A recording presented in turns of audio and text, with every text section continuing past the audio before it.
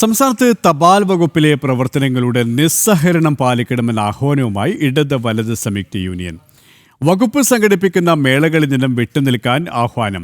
വകുപ്പിന്റെ ദൈനംദിന പ്രവർത്തനങ്ങളിൽ നിന്നും വിട്ടുനിൽക്കുന്നത് കടുത്ത ചട്ടലംഘനമാണ് നിരക്കിയാണ് നീക്കം.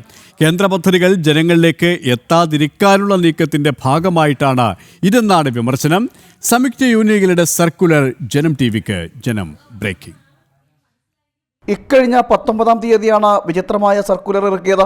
തപാൽ വകുപ്പിലെ സംയുക്ത യൂണിയനാണ് കേന്ദ്ര സർക്കാരിനെ വെല്ലുവിളിച്ചുകൊണ്ട് ഉത്തരവിറക്കിയത്. തപാൽ വകുപ്പ് സംഘടിപ്പിക്കുന്ന ബിസിനസ് മേളകളോട് സഹകരിക്കേണ്ട എന്നാണ് ഇടത് വലത് സംയുക്ത യൂണിയനുകളുടെ തീരുമാനം. നിസ്സഹകരണ സമരം ശക്തിപ്പെടുത്തുക, ഔദ്യോഗിക വാട്സപ്പ് ഗ്രൂപ്പിൽ നിന്നും വിട്ടുനിൽക്കുക, ബിസിനസ്സുകൾ സമ്പൂർണ്ണമായി ബഹിഷ്കരിക്കുക, ബിസിനസ്സുമായി ബന്ധപ്പെട്ട മുഴുവൻ ഓൺലൈൻ ഓഫ്ലൈൻ യോഗങ്ങളും ബഹിഷ്കരിക്കുക തുടങ്ങിയവയാണ് സർക്കുലറിൽ പറയുന്നത്. കേന്ദ്ര സർക്കാരിന്റെ പല ജനോപകാരപ്രദമായ പദ്ധതികളും ജനങ്ങളിലേക്ക് എത്തിക്കുന്നത് തപാൽ വകുപ്പ് വഴിയാണ്. ഇതിനായി തപാൽ വകുപ്പ് പല ബിസിനസ് മേളകളും സംഘടിപ്പിക്കാറുണ്ട്. Postal life insurance, Sukanya Samriddhi account, Aadhaar സേവനങ്ങൾ തുടങ്ങി വിവിധ പദ്ധതികളാണ് മേളകളിലൂടെ ജനങ്ങളിലേക്ക് എത്തിക്കുന്നത്. ഇതിൽ നിന്നെല്ലാം വിട്ടുനിൽക്കാനാണ് സംഘടനകളുടെ ആഹ്വാനം. ഉയർന്ന ശമ്പളം വാങ്ങി ജോലി ചെയ്യുന്ന ഉദ്യോഗസ്ഥരാണ് തപാൽ വകുപ്പിന്റെ ദൈനംദിന പ്രവർത്തനങ്ങളിൽ നിന്ന് വിട്ടുനിൽക്കുവാൻ ആഹ്വാനം ചെയ്തിരിക്കുന്നത്.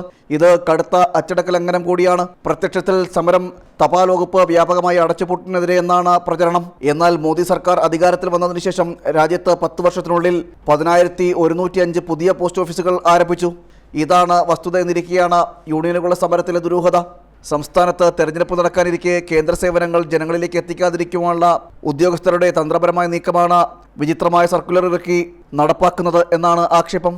ജനം, തിരുവനന്തപുരം.